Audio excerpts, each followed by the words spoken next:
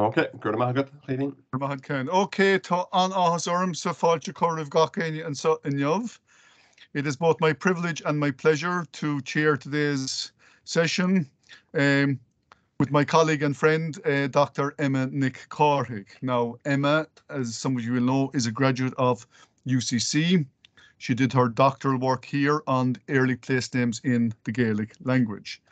Thereafter, for a while, she was a postdoctoral scholar on the Definibus project, which investigated Christian representations of the afterlife in medieval Ireland. And some of you will know, some of you won't. She was one of the authors of this fine 2-volume tome, which is a great resource for all of us, The End and Beyond, Medieval Irish Eschatology. And many of the texts in those volumes were also edited and translated by Emma.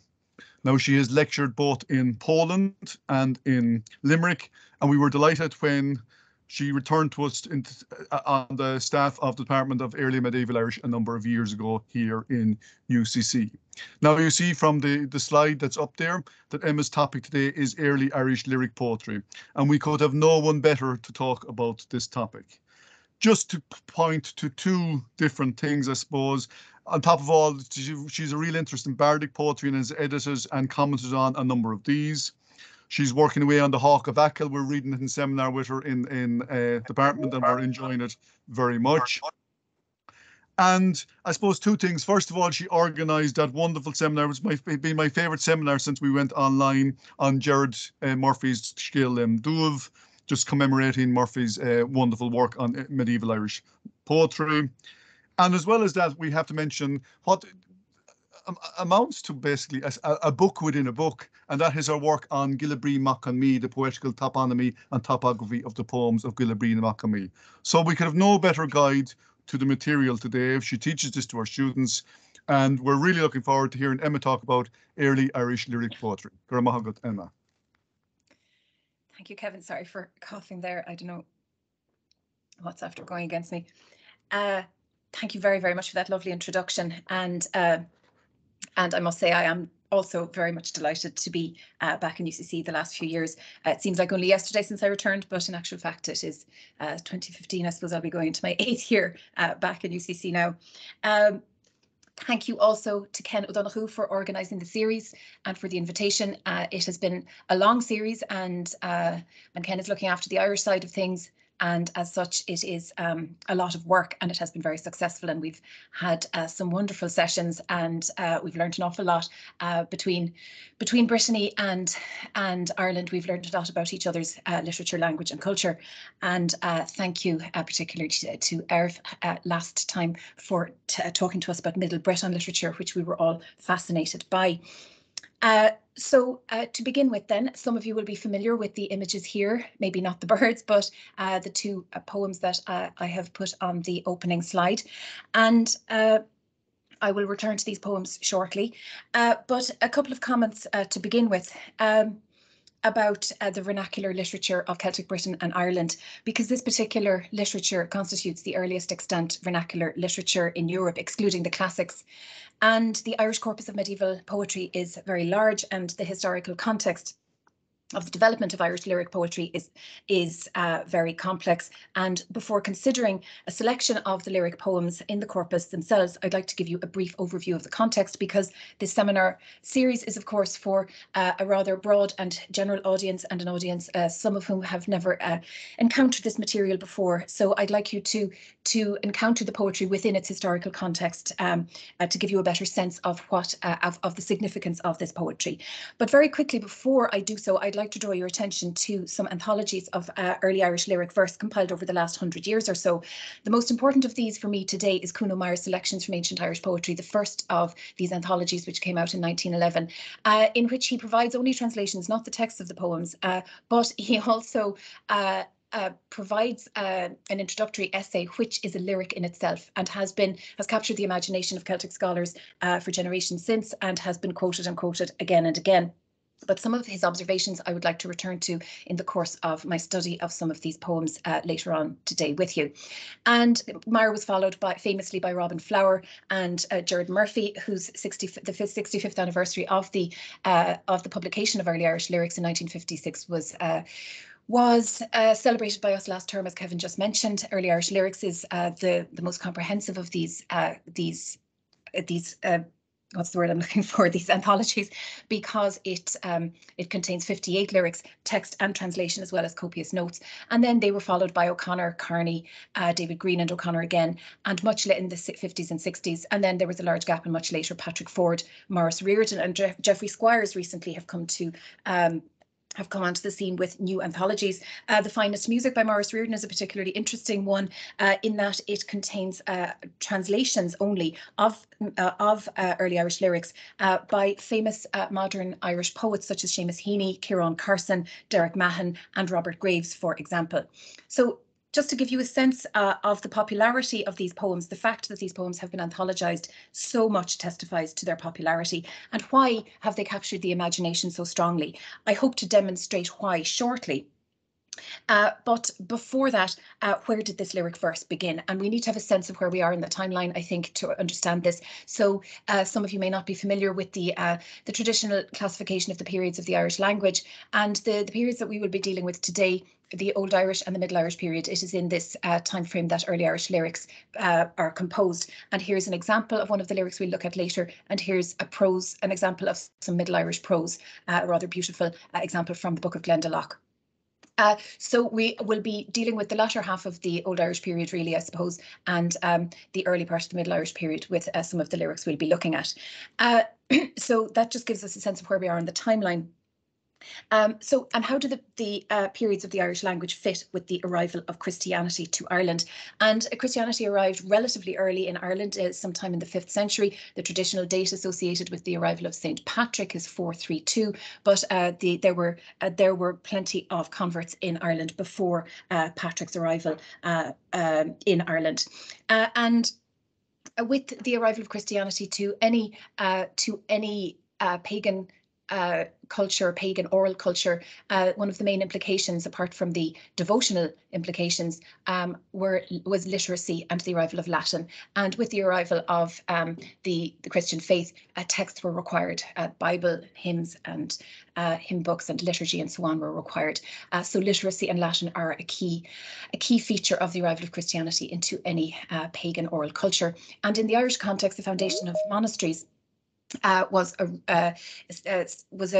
again something that really took off in the Irish context, and monasteries were founded all over the island reasonably quickly at the beginning of the Christian period here. And in each of those monasteries, of course, manuscript production took place in Latin, but much before we would have expected it, perhaps. We find words and glosses in the vernacular appearing in these manuscripts. Words and glosses appear in the Irish language. Loan words, and explanatory notes, or notes translating the Latin. And this then doesn't remain static. This situation doesn't remain static, but develops. And words and glosses eventually turn into texts. So before I get on to texts, where was all this happening? Here's a rough map of some of the main ecclesiastical centres that had been established by the year 700. So as you can see, the island was pretty well served by monastic centres, some of which were so successful and became so well off that they have become classed as monastic cities. So, for example, Clonmacnoise or Glendalough. And since we looked at an example from the Book of Glendalough a minute ago, I thought it might be nice to take a quick look at the actual physical location of the composition of some of these poems that we will look at today. And this is Glendalough or Glendalough in County Wicklow from the Ordnance Survey 6 inches to the mile map. And here the two Paternoster Lakes are lower down, obviously, and on the higher ground here developed the monastic city associated with St. Kevin. And as you can see, it's beautifully detailed 19th century map of the foundation, which became a graveyard in later time for the local people. And here you can see the famous round tower and the cathedral. And from the air here, we have a lovely image of it, the cathedral, the round tower, Kevin's chapel, and the lakes and so on. But and while this is a marvellous foundation and much in it is very well preserved, such as Kevin's chapel and the round tower, but we don't know where the scriptorium lay in this particular foundation. We don't really know where scriptoria lay at all in most of the monastic foundations that survive around Ireland today, mostly in ruins. But Denise Sheehan of the Archaeology Department in UCC a number of years ago conducted a study on Kilcrea Abbey in West Cork. And I wonder, is there a mic on somewhere, just to let you know. And now this is a late foundation. This particular building is a late 15th century building, and on a site that had already an ecclesiastical foundation there. And Denise Sheehan observed something rather interesting about this wing. Oh, sorry, this wing of the monastery. So this is west east. And if you consider the windows in the chapter room, they're, as you would expect, rather narrow in a building like this. And here is the Ordnance Survey map again, and this is the wing that Denise Sheehan was interested in. And this part obviously facing south. Here it is. So this is looking east. And this is the sacristy and the choir of the cathedral, or the main, not the cathedral, I suppose the main church of the foundation. And here's the sacristy. And from the ground, bottom floor here is the sacristy. And Denise Sheehan was interested in this room here because this room has windows that are much bigger than any other room in this particular monastery, and she believes that this is where the scriptorium was, with these large rooms, this part facing south, taking in as much light as possible. So it was in a room like this that some of our poems were composed, and I always like to take the poems perhaps out of the page sometimes and try and imagine what the environment in which these poems were being composed looked like. So coming back then to text and coming back to the words and the glosses that appear and the development of the vernacular in Irish writing. One of the things I think that is most interesting about this particular juncture in early Irish, in the history of early Irish literature, is how the clerics who decided to write down Irish words, Irish glosses and explanatory notes in the manuscripts, made a conscious decision to appropriate, or maybe reappropriate, I suppose appropriate, the Latin alphabet, the Roman alphabet, to represent the sounds of Irish. And they did this in a very sophisticated way because the Latin alphabet is not appropriate for a lot of the sounds in Irish. Latin does not have symbols or letters for sounds that occur in Irish. So they worked around it and they managed it in a very sophisticated way in order to abandon Ugham, which was too awkward, was a monument script, and write the Irish language down. And this sophistication develops in quite an extraordinary way as time moves on. So to give us a sense, that to give you a sense of the corpus, the earliest manuscripts composed in Ireland were in Latin, of course. This is the oldest extant manuscript in our corpus, the Cárthaigh, or the Battlesome one of St. Columcille, a psalter which is said to have been written by Columcille himself, and which he got into a lot of trouble over, but we certainly won't go into that today. And the Antiphonary of Bangor, which is a hymn book, Latin hymns composed in Ireland and later brought to the continent, the Life of Columba, which is now also on the continent, and these 4 gospel books.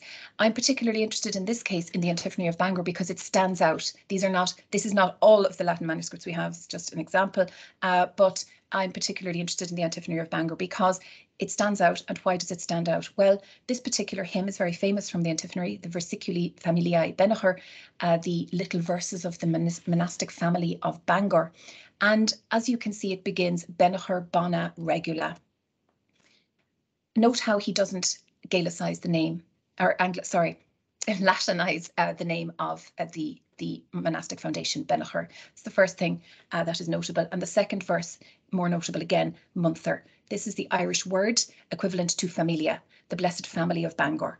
He could have easily written Familia Bennachar Beata here, but he chose to write the word in his own language. This is possibly the earliest example of a word written down in Irish that we have surviving. And from this little word, this little tentative move towards writing the vernacular down, in a slightly later period, around the 8th and 9th centuries, and 9th century to 10th century, we find a whole series of early Irish manuscripts still in Latin, but filled with glosses in Old Irish, and glosses, explanatory notes, and commentaries and marginalia and so on. So this is an example from the Codex Paulinus Virziburgensis, which contains the letters of St. Paul. And again, you see it here. You see very clearly how it is filled with notes, most of them in Irish. This was being used probably as a teaching manuscript to teach young clerics how to manage Latin when their native language was, to us, Old Irish, but to them, Modern Irish, I suppose. This again is just a sample of such manuscripts, and these are very important manuscripts for the reconstruction of the Old Irish language for us today. But the last on my list here is the one I'm most interested in, because it leads us right into the period of the composition of poetry. And that is the Codex Sungalensis 904, which is now in St. Gallen. And it contains the Institutio de Arte Grammatica by Priscianus Caesariensis, also known generally as Priscian or Priscian. He was from Northern Africa and from Caesarea in Northern Africa, modern-day Algeria. Here's a 14th century fresco of him at work, because all depictions of him are with a pen and paper, because his Latin grammar became the medieval bestseller. It was the ultimate handbook of the Latin language. And here's an example of a manuscript in Cologne in the Cathedral Library, also a 9th century copy. But the difference between this one and the Codex Sungalensis, the Irish copy of Priscian, is that the notes here are in Latin, whereas the notes in the Irish Priscian are in Irish mostly. You can see how popular it was, considering 1,000 copies are extant today. So here's where the manuscript resides and has resided since the Middle Ages. It was compiled in Ireland in the mid-9th century. 5 hands are distinguishable in the manuscript, and at least 3 of them wrote glosses and marginalia all over the manuscript. It was brought to the continent sometime in the Middle Ages and has been in St. Gallen ever since. And as I say, it is full. The main text is the Latin Priscian's grammar, and it is filled with marginal and interlinear glosses in Old Irish, mainly in Old Irish, but some in Latin, about 4,500 glosses. And there are 4 types of glosses in this manuscript. The first type of marginalia or glosses in this manuscript relate to points of grammar. Sometimes they translate a point of grammar. So here we have this phrase, et non genitivus vel dativus, in Latin, which has been translated for our clerics who are Latin. And it has been translated as follows: Edon as genitive nu toversas. You'll see that the attempt to translate genitive is just a Gaelicization of genitivus, and toversas is a calque of dativus in Latin. Toversas is a calque of that word from the verb to give in Irish. Not only do they translate points of grammar or sections of grammar, but also glosses are provided, or explanatory notes. And in this very interesting chapter on the pronoun, we are given an explanatory note which explains the definition of the pronoun in Latin in the main text. So the Latin tells us pronomen est pars orationis, and we're all happy with that. Pronoun is part of speech that is employed instead of the proper name of each person or thing.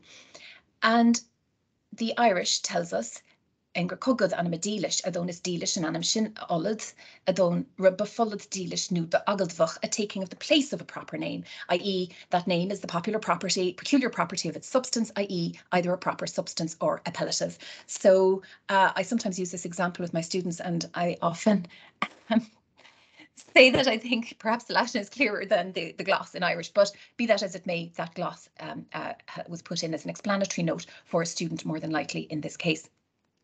Second type of marginalia in this manuscript are the rather famous personal notes, musings, and probationes pennae that are found in both Irish and Latin. The scribe will often test his pen with the probatio pennae at the top of the page with a small little note. Here we see we have a very personal view into some of these scribes' lives, because they are quite expressive about what's going on in their world. And in this one, Fergus is cold, and he is looking for a blessing on his soul because he is suffering from the cold. In this one, it's more like a probatio pennae, but it just gives you a sense of how these marginalia are also in Latin. Fave Christe, with the key row, support me Christ. This is a particularly interesting one in that it demarcates the point at which one scribe breaks off and another scribe takes over. Hoc usque calvus Patricii de Pinxit, up to this point. Literally, the bald one of Patrick has written, and this is a calque, Calvus Patricii, on the monastic name Muel Podrig. Muel means bald, but it can also mean tonsured, and the clerics tonsured themselves in an act of devotion. And this particular name suggests that this particular cleric was a devotee of Saint Patrick. So he's a tonsured one. He is a Calvus Patricii, which, as I say, is a calque of Muel Podrig. And it is one of, again, it's an example of a marginalium in Latin, and a very nice moment in the manuscript, because we know that one scribe, we know who was writing the previous pages, and we know that he's about to stop and someone else is about to take over. We rarely get that kind of note. Sometimes when looking at manuscripts like the Book of the Donnchú, perhaps we'd like if the scribes would tell us when they stopped and when they started. It would make things very clear. And in this case, we have that. We're lucky to have that at this point. This particular marginalium gives us a little bit of a view into the rule of silence in the scriptorium. Tír didu mod ferlat. I will go then if you prefer it. It would appear that some kind of conflict has broken out. In spite of the silence, some sort of tension has broken out between two of the scribes in the scriptorium, or so I like to believe. And we have perhaps initials here. It's not clear. DOO, not entirely sure. The Stokes and Strachan weren't sure either about it. So it's a mystery. But anyway, it would appear that there is some bit of conflict has broken out. And then this manuscript is filled to the brim with complaints, grievances, and occupational hazards. For this scribe, it is too dark for him to continue writing. His vellum is scarce. The ink is thin and bad quality. You can see it actually looks rather thin in the marginalium itself. His hand is killing him. Fut machrov. Crov being a paw or a hoof, but it refers to a hand as well. So he's complaining about the pain in his hand. The students, I think, as we speak, are probably complaining about the same as they're doing their exams. He has a cough and he's praying to the Holy Virgin. He has new vellum, which is greasy and won't hold the ink. The ink is bad quality and he throws up his hands. He can't cope and he says it's tempus for prandium. It is time for lunch, but he overdoes it at lunch and ends up with a lathert, or a state of drunkenness, an ale feast, or the effects of an ale feast. And this leads us to the third type of marginalia in this manuscript, personal notes in Ugham script. And up at the top of this particular page, you see a little Ugham with a lovely arrow telling us the direction in which we should read it. And if we put it next to the Ugham alphabet, it is easy to decipher. And when deciphered, it brings us, or it reveals, the exact same word as we had a moment ago. So this occurs more than once. It would seem that there is a fair bit of jollity in this monastery somewhere in Leinster in the mid-9th century. And this leads us then to the fourth type of marginalia in this manuscript, the short poems. And in fact, with this poem, our mid-9th century manuscript, in our mid-9th century manuscript, we reach the culmination of the development of writing in Irish and the development of poetic form in the early Christian period. We've moved from Latin manuscripts to the odd word in Irish, to many, many glosses and different types of glosses in Irish and in various manuscripts, to full texts composed in Irish and according to a new kind of metre. And this brings me then to metrics and poetry, and to the three distinct periods in the history of Irish versification, as noted by Gerard Murphy in his great work, Early Irish Metrics, where he observed that before the arrival of Christianity, poetry was stressed short lines with a fixed number of stresses in each line, rhymeless, non-stanzaic, heavily alliterative with linking alliteration, and rhythmic. And that with the arrival of Christianity, this melts into the background and a new type of poetry appears in the scene. And this poetry is suddenly based on a number of fixed syllables in the line, usually 7. New rules or rules come in relating to rhyme, and they become quite complex, and it takes the form of stanzas, which is completely new. All of this, of course, was a lot of change took place again in the 17th century, but we won't be dealing with that today. So I am looking at the period 700 to 1650 here, but this breaks down into two distinct parts, and it is 700 to 1200 that we are dealing with today. And this is the period of Old and Middle Irish poetry, which is there's such a great corpus of Old and Middle Irish poetry that I couldn't even begin to do a taxonomy of it for you here today. But just to let you know that it is in this context that early Irish lyric poetry emerges, and it emerges very early on in that tradition. And here's an example of an early Irish lyric, Scéal lam Dubh, which is put in the mouth of Fionn McCool. And here is a later bardic poem from the period 1200 to 1650. But as I say, we won't be looking at that period today. So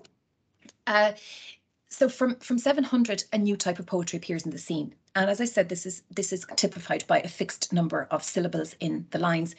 And the theory The working theory on this is that hymns arrived in Latin to Ireland from the continent. These hymns were composed on the basis of a fixed number of syllables. Here is another hymn from the Antiphonary of Bangor that I mentioned a minute ago, with the verses, the versiculi of the Familia of Bangor. And these hymns arrived over, and they were based on a fixed number of syllables in each line. And the Irish clerics who encountered these hymns coming from the continent decided to emulate these new meters, first in Latin, as in the Antiphonary here, and gradually they began to branch out and appropriate these new, just as they appropriated the Roman alphabet for writing the Irish language, they appropriate these new hymn meters from Latin to write poetry in Irish. And these new structures they called Nuaga, or the new form. And these syllabic meters spread to all Irish poetry, both devotional and secular. The poets composing these meters were either clerics composing personal poetry for themselves, or secular professional poets under obligation to compose praise poetry for a king or a lord. And what is particularly interesting about early Irish lyric poetry is that the practical function of poetry is no longer an issue, and a personality emerges in these poems.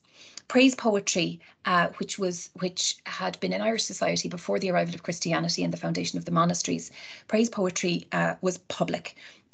It was composed by trained professional poets for patrons who were powerful rulers, and these poets maintained a particular type of social service in society. Their business was the composition of praise poetry, encomium, and so on for their lord. And the individual himself was not important and didn't put himself or his ideas, his personal feelings, I should say, into his compositions. He was contracted and he was bound to compose praise poetry to be recited in a public sphere. However, monastic poets were not seeking a fee when they composed poetry. They're really only composing for themselves. They're highly trained, they're highly educated, they've learnt the hymn meters, and they are appropriating these hymn meters for writing a new type of poetry, a poetry that is private poetry, not meant for recitation. They're trained poets, they're highly educated, but not professional poets. They're trained in the art of poetry, which they apply to a kind of a hobby. And this, in this lies the greatest difference between the two types of poetry of this era, the lyric poetry of the monastic context and the formal praise poetry outside the monastery. And what is particularly interesting about this lyric poetry is that it gives monastic poets particular freedom. And this gives rise, because they're not under obligation to praise a lord apart from God and Christ.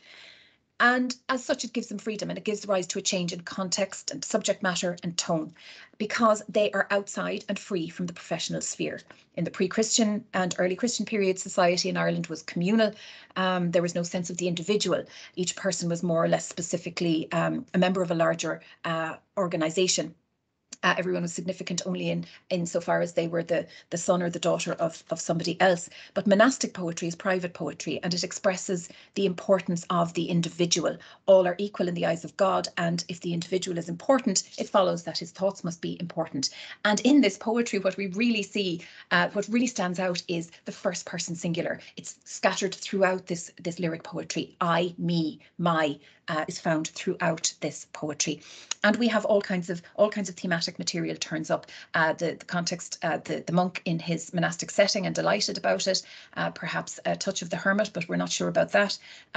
Devotional poetry, of course, a lot of this poetry is devotional in nature, an awful lot of nature poetry, which I want to look at today. I've decided to choose just nature poetry today. I could have taken a sample from each of these, but I thought I had a particular idea that I wanted to try out on you today, a little experiment, so I have stuck with nature poetry.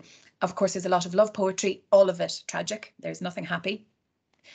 No happy love story was ever really all that interesting, I suppose. So they're much more interesting when they're depressing, and love unrequited, and there's loss and there's lament, all bound up with love poetry. Poetry of exile, specifically in relation to Columcille, and otherworldly poetry, as well as an awful lot of lyric poetry in the Fenian tradition and in the tradition relating to Sivnagelt or Mad Sweeney. So, as I say, the arrival of Christianity provided an impetus for the composition of lyric poetry in a monastic setting. And how does this begin? Well, let's get back to the Codex sungalensis 904 then, because this is the second of the poems in it, and this in the middle of this facing page. which is full of glosses in Old Irish, glosses in Latin. Here's a marginalia in Latin, Sancta Brigida, he's praying to St. Bridget. You have the Ocham here, the Lathert, he's got a headache. But down here, you have a little poem, 2 verses across the facing page. And this poem is very famous. The Marca fid by the fall, fum chan leid lin luad nald gael, os me levron in lenach, fum chan sirach in an ein, fum chan quimen mether mas, imrot glas the dingen of thus. Dave ras num chimdu koive, coin scrivem for the Ross. So it at first glance, you could say that this is a simple enough poem. But as I say, among all the marginalia and Latin and Ocham and Irish, we find this little gem. A lot has been said about it. Donnchú and Patrick Ford have written quite a lot about it and come up with some very interesting theories as to its context and what the actual context for our author was. But I won't go into these here. But what I think is significant about this poem occurring in the Codex sungalensis in the mid-9th century is that it is an example of the culmination of the development of writing in Irish and the development of the Nuaga, or the new forms, that I have just gone through with you in a kind of a dizzyingly quick manner, and I apologise for that. But look at the metre and the polished structure of it. 7 syllables in the line and 7 syllables in the line, end rhyme between kale and ein, rhyme between linach and trirach, which is a particular kind of rhyme I'll talk about later on, alliteration between leith, lin, luas, and fidbada and fall, and so on. So it is classic case of nuachrotha with the 7 syllables and the polished metre. As to the text itself, notice how it is, the blackbird is up in his tree singing down over the scribe, over the cleric. A hedge of trees overlooks me. And Donnchú has pointed out that this poem languishes in a kind of a self-centeredness, that the Lord is invoked only to be good to the poet. The Lord is invoked as a kind of a side note. Everything about this is self-centered. This is all the poet happy in his own world. I've often noted about this poem as well that there's a kind of an implicit contrast in evidence between the bright outdoor scene conjured up by the poem and the more usual traditional image of the monk in a dark or dim scriptorium or cell, copying and composing without much natural light. This monk is in the midst of nature. There's no view of life of the dark indoors of the monastery. The outdoors helps him with his work. Now, that brings me then to this next poem.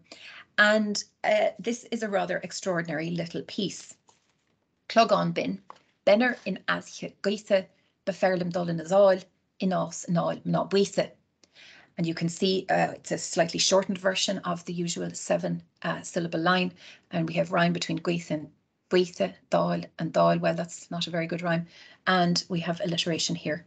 Bell of pleasant sound ringing on a windy night. I should prefer to tryst with it than to tryst with a wanton woman. And here is our bell, our round tower again. Now, in this poem, I feel that the bell is a symbol of life at the monastery. The bell is rung in order to bring people together to pray, but it symbolises the way in which life is controlled by the bell. However, the persona in our poem likes the sound of the bell. He is delighted with it. It is melodious. It is bin. The opening line constitutes a strong statement. The bell is melodious and the cleric is happy to follow it and to relinquish the world, the body and the devil. The second line tells us that it rings on a windy night. So we have a sense of perhaps this is Vespers or Compline that our cleric is being called to. This is a reference to the canonical hours being kept through the night. And he states very strongly he preferred to meet with it than to meet with a wanton woman. Now, this is Gerard Murphy's translation, and he has chosen wanton. Buith may be translated in 3 ways, one of which is a legal interpretation, and that is not relevant here. In the laws, it is applied to somebody who is not fully responsible due to mental deficiency or extreme youth, thus immaturity. So that we can leave aside. It has 2 other meanings: foolish, stupid, or silly, or wanton, licentious, or lustful. And that is what Murphy has chosen here. And that is more than likely what our scholar meant, because he is choosing the life of the monastery, the bell, the prayer, and he is renouncing life outside the monastery. Now, in some ways, this says a lot about attitudes towards women in this society, in particular, particularly in the case of this author, who considers women in general to be lustful, licentious, or foolish or stupid. It has been O'Carroll talks about it as a choice between bell or bawdry, and he thinks it's an unconvincing piece of devotion. But it does, I think, and some I think sometimes people think that that this scholar is protesting too much, but I don't think so. I think the level of devotion of scholars like this was such that he is very, very willing to renounce life outside the monastery. I will come back to this poem shortly, but I want to move on now to nature poetry specifically and the Blackbird's voice. And I've chosen 3 poems with the Blackbird's voice. We've already met one in the Codex sungalensis, but there are 3 more that I would like to consider today. And these are a poem about a blackbird singing from a sally tree, as they're often known in Ireland, or a willow tree. A blackbird singing from gorse, and a blackbird an image of a blackbird's nest in a thicket. And many of you will be very familiar with particularly these 2, but I want to look at them in a slightly different way today. So beginning then with In Tin Gar Sasan Tal, all in Gulivne Osglan Gar, Rin Bin Bwize for the Jin, Kaskar Kurther Gothin Lin. And this is, at this point, I would like to say a little bit about Cunomeyers' introductory essay, which I mentioned earlier as a kind of a lyric in itself, his introductory essay to his selections from ancient Irish poetry. Because in this introduction, he divides up the poems according to various in various groups. He looks at love poetry and bardic poetry and so on, but he also talks about nature poetry in his introduction. And it is very often quoted and it's very often reprinted and so on. But for my purposes here today, I want to read out a little bit of it to you. In nature poetry, the Gaelic muse may vie with that of any other nation. Indeed, these poems occupy a unique position in the literature of the world. To seek out and watch and love nature in its tiniest phenomena as in its grandest, was given to no people so early and so fully as to the Celt. Many hundreds of Gaelic and Welsh poems testify to this fact. And the part I'm interested in is this. It is characteristic of these poems that in none of them do we get an elaborate or sustained description of any scene or scenery, but rather a succession of images, pictures and images, which the poet, like an impressionist, calls before us by light and skillful touches. Like the Japanese, the Celts were always quick to take an artistic hint. They avoid the obvious and the commonplace. The half-said thing to them is the dearest. Now, there are 2 points in here that I want to concentrate on with these poems. Succession of pictures and images, and the half-said thing. So, considering then In Tin Gar Sasan Tal, this fits Meyer's description very neatly. There is no sustained description, rather a succession of pictures and images, which our poet calls before us by light and skillful touches. You can see that the poem is here. It is preserved in a metrical tract, and the significance of this has been discussed by Donnchú in his famous essay, in which he, Early Irish Hermit Poetry, in which he tries to debunk some ideas that hermits specifically wrote many of these poems. And he suggests that there's no context for the poem itself. However, I'm not interested really in that. I'm more interested in what the poem conjures up in a visual way. Sorry, I should have gone to this slide here. This is the meter in a little rubricated here, and here is the poem as an example of that meter, Devitha Gulivnach Dieltuch, and this is the poem in itself exemplifies the rules of this particular meter. But I'm not interested in the meter here today, really. What I'm interested in is what the poem conjures up visually. And what does it conjure up? It is a bird calling from the willow. His beak is of clear note. He has a yellow bill. His plumage is black, and he sings a lively tune. So this is what our poem conjures up. A male blackbird singing on a sally tree, no more. Compare this then with the next poem, In Tin Beag, the little bird, also in a metrical tract. And this is a different manuscript of the same metrical tract. And our poem occurs here as an example of another meter. And the poem goes as follows: In Tin Beag, Roleg Fed, the Rin Rib, Glanwithe, Verkeerd Fuid, Os Loch Lee, Lon the Chriv, Harnwithe. The little bird, which is whistled from the end of a bright yellow bill, it utters a note above Belfast Loch, a blackbird from a yellow heaped branch. And this is, I am lucky to have this lovely image of Belfast Loch with gorse in flower. So by comparison, this is a poem that at first glance seems to be very similar to Intain Garas Asan Tal, the one we just looked at. However, it becomes quickly apparent that there is much more complexity to it.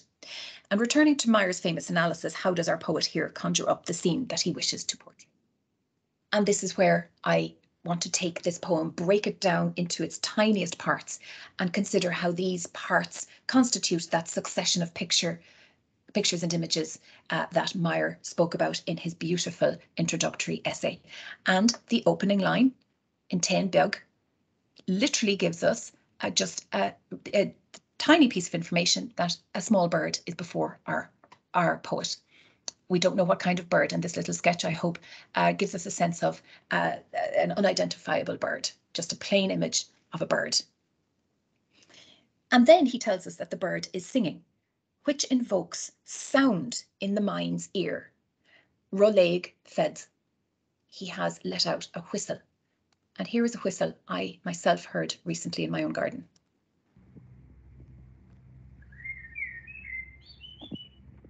So it's something like this little whistle that is being invoked in the second line. So the first line, we're provided with the stark image with no detail. Second brings us to whistling. The third line, the Ringib, zooms in on the beak of the bird, but we still don't know what bird it is. The fourth line then, and the zooming in, I've tried to zoom in on the bird's physiognomy here in that little sketch. So now we know that there is a bird and it's singing, but not much else. Line D then gives us the next piece of information or clue. This beak is glan, it's bright, it's buithe, it's yellow. There's only one bird in Ireland that fits this bill, and that is, excuse the pun, that is a blackbird. But as Cunomeyer has pointed out, the half said thing to them is the dearest. Glanwithe doesn't tell us that it's a blackbird, but we know that it has to be a blackbird. And line E returns to the song. This time he throws out a call.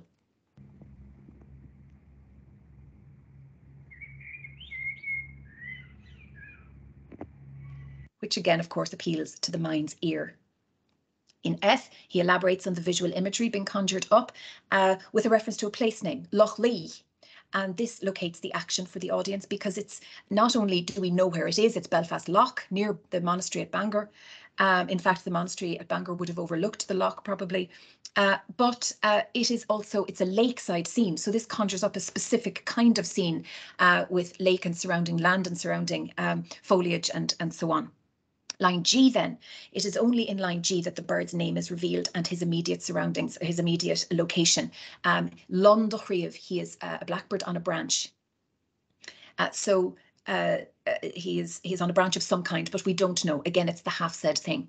And then in line H, the plant is described as harned with a yellow heaped with yellow flowers. And it's not named, the branch is not named, but this is the only element in the poem left to the imagination. It can't be anything other than gorse or whin, but again, it is the half said thing. And while he reveals the half said thing of the bright beak, because we know now it's a blackbird, he doesn't reveal the half said thing that he gives us in the last line. It's a yellow heaped branch. He doesn't say it's the gorse bush. He doesn't name it, but it is that he leaves us with that half said thing. So from the very, very stark bare image of just a bird in the opening line of this tiny little 8-line poem, we're left at the very end with all of this. The lake, the gorse, the surroundings of the lake, the sky, the mountains, the bird, and the song. So, and not only this, the fact that he mentions gorse even tells us the time of year that this poem was inspired or perhaps composed. Gorse flowers around now, in fact, from around February to May. So we also have a good idea of the time of year. Now, staying with sound, I want to look at the metre. I want to consider the significance of the metre of this poem. As I said, this poem is an example of a particular metre in a grammatical tract, and it's found here as that example. And the name of the metre is Snav Suav, the swimming of a sage or the swimming of a wise man. And unlike most other meters, it's comprised of lines with 3 syllables in them. And the way meter is classified in Old Irish meter and thereafter, it's given each different meter with different set of rules is given a name, like Snáv Suas, and the big number here indicates the number of syllables in each line, so 3 syllables in the line, and the superscript number indicates the number of syllables in the final word or the final foot of the line, beag, so a monosyllable, so 3-1, 3-3 here, 3 syllables, and the last word is trisyllabic. So that is how the meter is structured, syllabically speaking.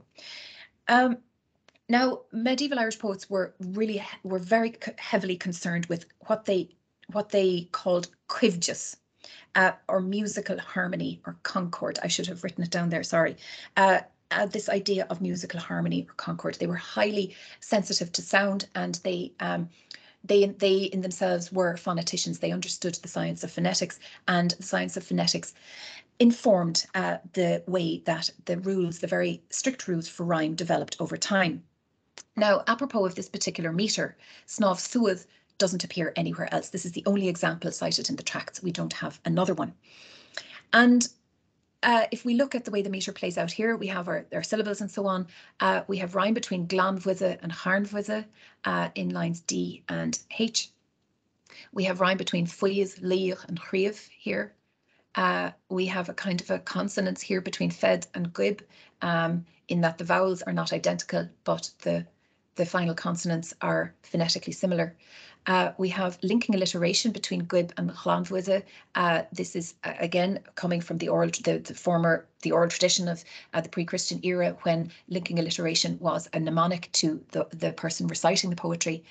Alliteration between fucard and fuis, between loch and lee, linking alliteration between lee and lun, and chríomh and harnmhuise. So you can see a tiny little poem, highly complex, an awful lot holding it together. It is singing a little song in a net of metrical chains. Now, as I say, this meter is found nowhere else. And the time of year that's been in it, and because I knew I wanted to talk about this poetry today, over the last couple of months, it's been at the back of my head to think again about these poems and to perhaps consider them. We all know it's in Snáv Suas. We all know this poem very well, or those of us who work in Celtic studies know it very, very well. But there was something about it that was on my mind recently. And considering the time of year that's in it, there's been a great deal of birdsong in the garden, and I've been listening carefully to the birdsong. And I noticed recently that the unusual syllable count with 3 syllables in the line seems to mirror the short phrases that your average blackbird sings when he is up on his branch at this time of year. So I went about making recordings, and one morning very early, I heard the blackbird's voice rising above all the other voices in the dawn chorus, and it seemed to fit the rhythm and the pulse of the meter of Intain Beag. And not once, but over and over and over again, all through that night, one of those nights where you can't sleep, you know. And I listened to more and more examples, which are plentiful at this time of year, and it occurred to me that, like other elements in these poems that are drawn directly from the poet's experience of his natural surroundings, perhaps this meter is actually modelled on the rhythms, cadences and patterns of the short bursts of song, each of which is followed by a pause of the blackbird. So the male blackbird always sings in short bursts, each burst followed by a pause, which is the same length as the short burst of song. And then I considered, so that in relation to so that occurred to me that these short bursts seem to be mirrored in the syllable count. Not only that, but in the way Irish words, or words in Irish, are stressed and unstressed seems to play into this as well, or seems to come into play in the case of this poem as well. So in Irish, the article, such as int here, prepositions such as the, preverbal particles such as ru are all unstressed, while nouns such as éan and adjectives such as beag and verbs such as leg are stressed in speech. And this stressed, unstressed rhythm of words seems also perhaps to echo some of the short bursts of the blackbird song. So as I say, it occurred to me that this is that there is some modelling happening with this meter on the Song of the Blackbird. And I'm now going to play for you a recording that I made very recently of a blackbird singing. And 1200 years after this poem was written, we have another blackbird. Our old blackbird is long dead, and another blackbird is singing the same song. And I think in many ways it seems to realise the rhythm and the beat of the metre of Snámh Suaimh, which I think was inspired by actual blackbird song. Now you will hear the short bursts of the blackbird singing here, each followed by a pause, and that's his own pause. In order to give you a sense of how the metre fits the song, I will read each line in the pauses, but note that this is a continuous piece of bird song. It's not, I'm not pressing pause. The blackbird in my back garden is doing that to himself. In Téan beag, Roléig fed, Berin rib, Chlanvuise, Facaird fuiz,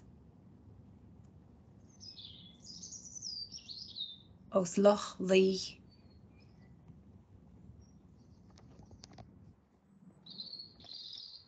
Lond Chríomh, Charnvuise.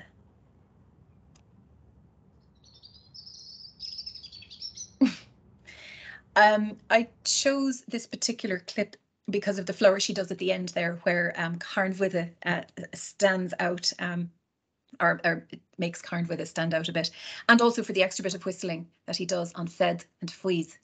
And you'll notice that if you listen to the blackbird, some of the phrases are quite sedate and some of them have a flourish or a whistle at the end. And I wonder, is that why he refers to the blackbird as having a fed in one line and a fuiz in the other? It seems that our poet was clearly, I think he must have been listening very, very clearly to the actual cadences and sounds of this particular song. Now, coming back to In Téan Garras an Tail, or the bird calling from the Sally. When taken side by side, they demonstrate a parallelism of structure, which is made up of Meyer's succession of pictures and images, because just like I've gone through each of them, showing how this succession of pictures and images plays out in the poems. And as I say, when taken side by side, they really do seem to be parallel in the succession of pictures and images, even though their structure is quite different due to the two different meters chosen by the poets here. So considering the poems together, I'd like to look at some parallels in relation to, or in using Cunomeyers' interpretation of these poems as a succession of pictures and images, and notice how similar they are. They contain almost all the same elements. Both poems begin with a stark image of the bird. The second poem here refers to the beak, and then both poems refer to the voice of the bird, whistling in the first, calling in the second. So the little bird has whistled, the little bird has called. Then the beak comes into play here, and the colour of the beak. Also in this poem, the beak and the colour of the beak. So the end of the bright yellow bill and the beautiful beaklet, which is musical and yellow. In this poem, we have an immediate location on the sally tree. We get an immediate location in the first poem, but at the very end on the gorse. The only two elements that we don't have common to each poem is that we have a location or a place name in the first poem and the colour of the bird in the second, neither of which is in the other. The voice is returned to again, utters a cry, a lively song, and in both the bird is named towards the end of the poem. The lun, again I've done it, sorry, here it is a blackbird from a yellow-heaped branch, the blackbird's voice. So structurally speaking, you can see very clearly how the succession of pictures and images plays out here. And also, as I said earlier, how we have that sense of the half-said thing. And this poem has so captured the imagination of authors like Heaney, who I mentioned earlier briefly, that the poet John Erskine, who wrote this or compiled this little translation of our poem into Ulster Scots relatively recently, the poem has captured the imagination of the people around Bangor as well today, because it is the nature of this poem is that it immediately captures the eye and the ear. And I have a resident northerner in this house here, and he agreed to read the Ulster Scots version of the poem. The bright wee bird has peopled forth an ara frae a yellow neb, blithe scales its sang o'er Lagan's loch, a merle atop a yellow whin. So leaving in Tinbeog and in Tingaris as Tal, I would like to move on to the last of the Blackbird poems. Achalin is buizazit, coits of win noil the ned, as trevig nach glyn clog, as bin bog shithavel head. Now, this little poem is found in the Lower Brack, or the Speckled Book, a 15th century manuscript in the Royal Irish Academy. The main text has nothing to do whatever with the poem, being a Speculum Principes text, Sermo ad Regis, a sermon for kings, and our poem occurs at the top of the page here. And a blackbird for it is well for you, wherever your nest is in the thicket. O hermit who rings no bell, sweet, soft, peaceful is your whistle. So visually speaking, this is what we are presented with, the blackbird in the thicket singing and the blackbird's nest. Now, the poem begins with this word ach. We met it already in the Codex sungalensis when the scribe has a cough, och, machlev, and he's complaining about the pain in his chest from coughing. This little word is classed as an interjection or an exclamation, generally denoting woe in the Dictionary of the Irish Language. It's like or a lass or a lack in English. And that the verse opens with it lends the poem immediately a wistful tone from the outset. And implicit in the poem here is the contrast between the clang of the bell and the sweet, soft, peaceful bird song. Now, what is different, immediately notably different in this poem compared to the other two, is that the bird is named from the outset, Achalin, a blackbird. And his freedom is emphasized. Is buizazit, it is well for you. Implicit in this statement is that it is not well for the cleric who is composing this poem.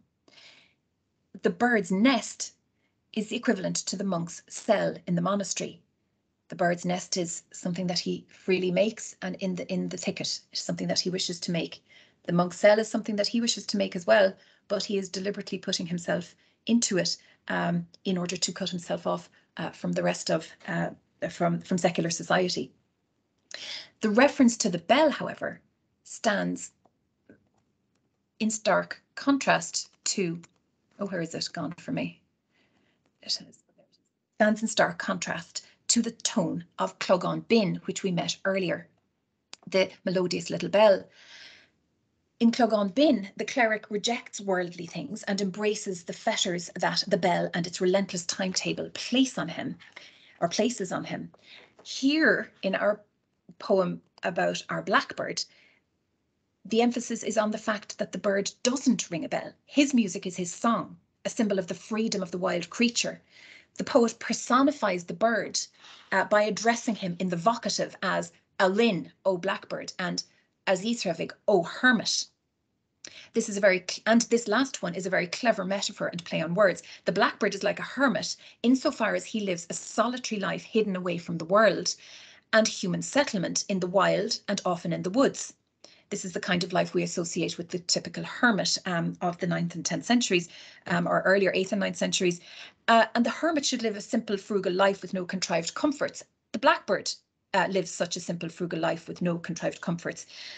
He shares these features of hermit life with those of the human Christian hermits, whose aspiration is to live simply and frugally alone in order to contemplate God, the scriptures, and their own spirituality. These are all acts of devotion to God. And while their aspiration is to do this, the blackbird's acts of devotion are unconsciously so, thus rendering him an unwitting hermit, but a free one. His acts of devotion are singing and nesting, and he does them anyway. He's not troubling himself to sing or to nest. These are unconscious acts of devotion. So he is like a little hermit, a little unconscious free hermit, unlike our unfree human hermit who has to sometimes perhaps force himself to deny the body and get up in the middle of the night to say prayers all the time and to cast his mind away from the secular world and cast his eyes towards heaven at all times. So it's a very, very clever metaphor. The I suppose, this trope of the dísreibh or the hermit as a blackbird, but a blackbird, a hermit who doesn't know that he is a hermit. And if we look at the structure of the poem, it's all about the blackbird. Nothing is said about the cleric himself. He doesn't, in this particular poem, I've mentioned the other poems we've looked at, it's all about me, it's I, me, my. But in this poem, it's all about you. It's, oh, blackbird, it is well for you. Wherever your nest is in the thicket, oh, hermit who rings no bell, sweet, soft, peaceful is your whistle. So this poem is quite different from the others we've looked at. And I think, though, that, again, there is something rather clever in this decision to talk directly to the blackbird, to apostrophize him. Because everything that he says about the blackbird implies something about our poet monk, our poet cleric. It is well for the blackbird in line A. That implies that it is not well for the poet cleric because he is suffering inside in the monastery. He is not free. The blackbird, his true nest is in the thicket. This we know. In relation to our poet cleric, what is his nest? His nest is a metaphorical nest, his monastic cell, which is in its shape like an upside down nest, I suppose. In line C, our blackbird is a metaphorical hermit who doesn't ring a bell. This implies that our poet cleric is a monk and perhaps a hermit at certain times of the year, a true hermit, a hermit who has to make himself be a hermit.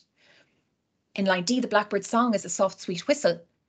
This implies that the opposite, that the song of the cleric is a harsh ring of a bell. And this dichotomy is brought out very clearly by the meter, which I want to look at briefly now.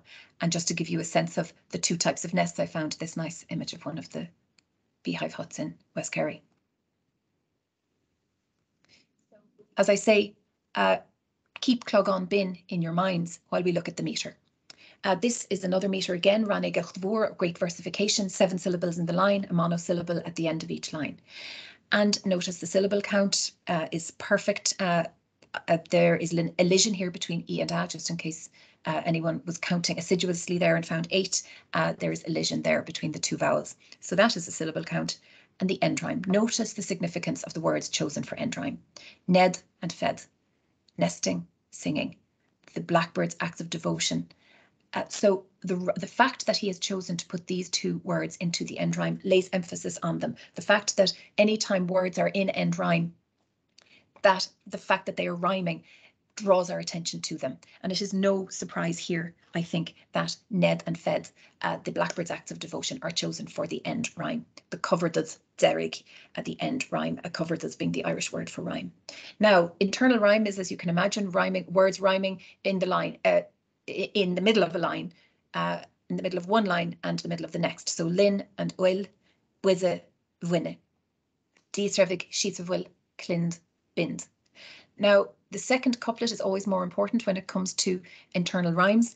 And in this particular case, I think there's something to be noted. Clind here. This is an onomatopoeic verb for ringing, to ring a bell.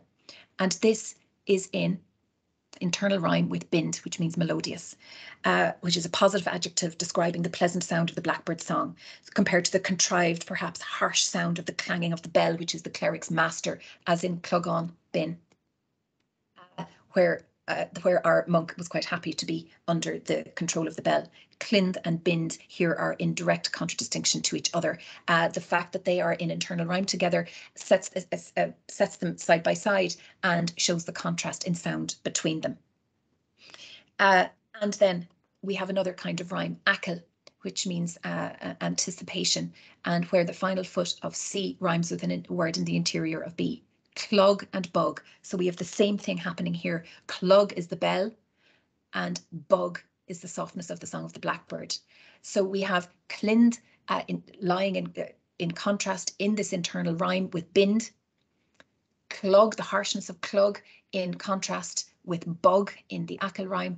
And the harsh cl of clind and clog is offset by the softer sounds of bind and bug. So the onomatopoeia, I suppose the contrast that is being set up is notable, and the meter is being manipulated in order to set up these contrasts, in order to express the monk's perhaps dissatisfaction or implied dissatisfaction with the lack of freedom in his life compared to the freedom of the Blackbird.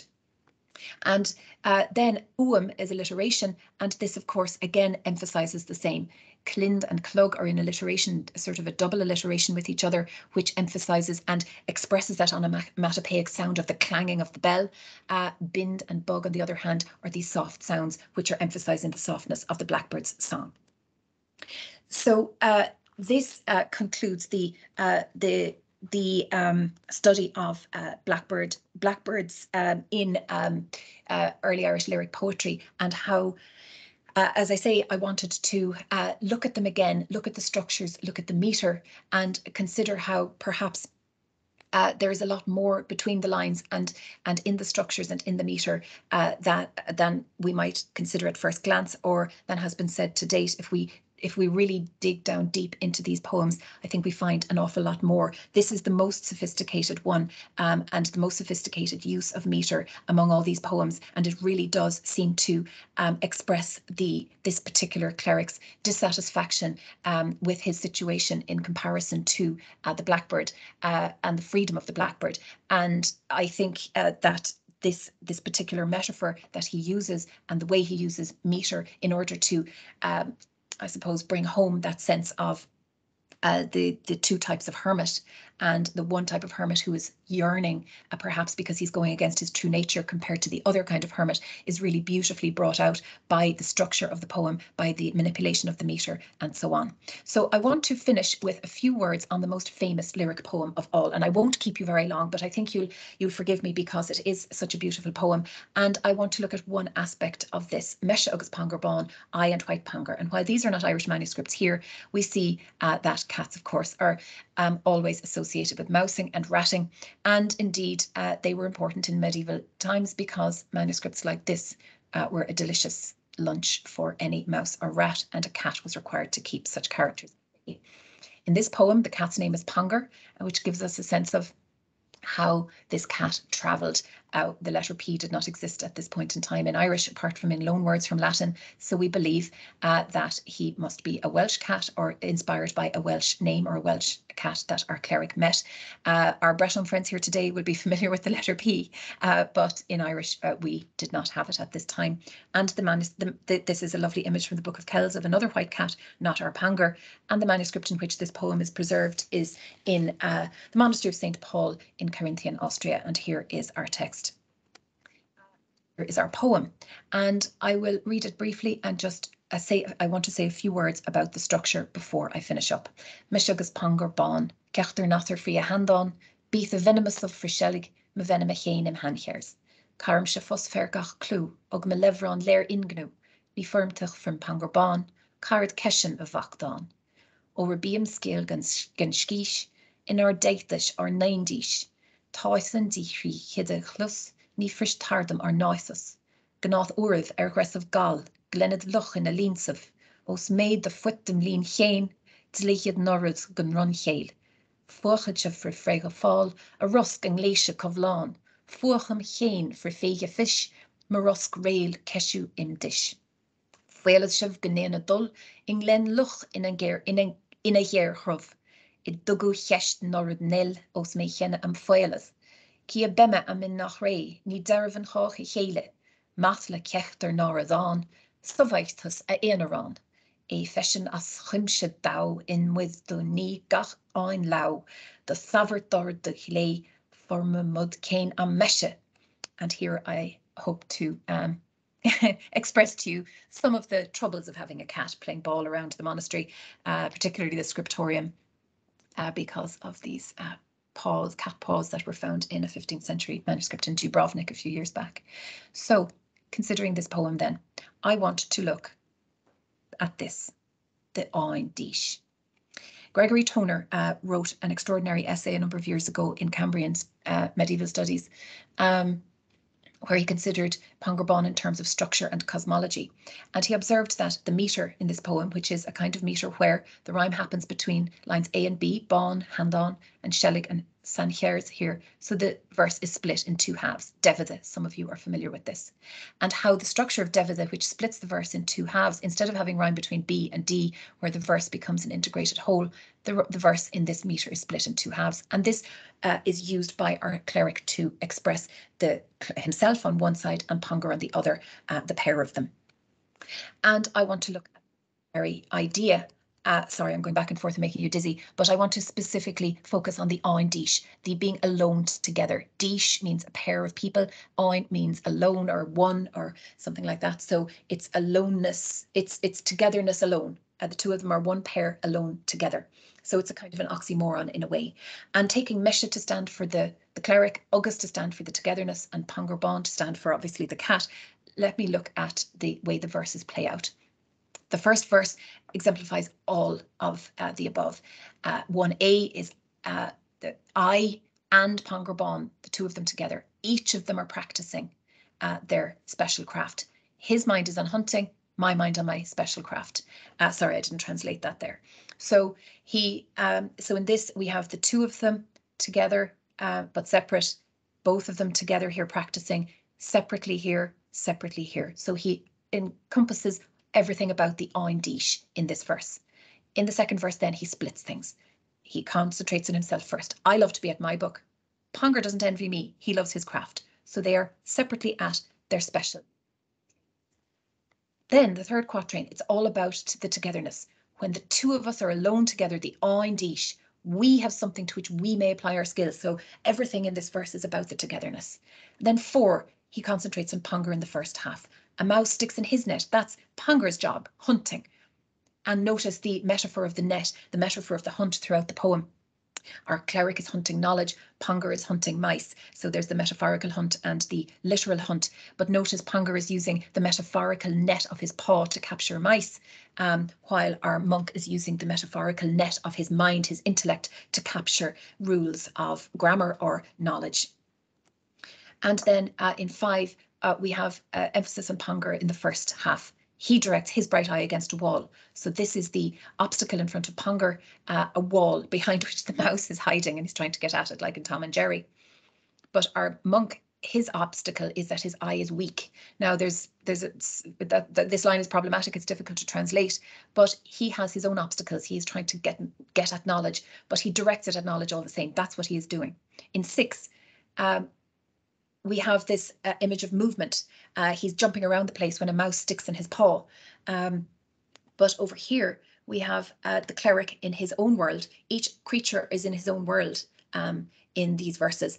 The cleric is in his own world here. He is joyful when he understands a difficult problem. So with intellectual movement, he understands a problem. Here we have literal movement. And in 7, we're back to togetherness. It's all about we, us. Though we be thus at any time, neither hinders the other. Each of us likes his craft, but severally rejoicing in them. So separately rejoicing, but rejoicing at the same time. It's a different kind of rejoicing, but it's the same level of rejoicing, and they recognize the rejoicing in each other. And then in 8, he returns to Pangur being the master of his own work. And then he also talks about himself performing his own work. So I think the structure of Devitha, this particular meter, is used to bring across this companionship and this ein dish very carefully. And it also shows us that emphasis on the individual and the individual at his own work, but not under obligation to a lord, not under obligation to a king. He can write about his cat, he can write about a mouse, he can write about a blackbird or a cuckoo, and nobody is after him. So with that, and sorry for going beyond time, I will leave you with some images of the items I have considered today. Thank you very much.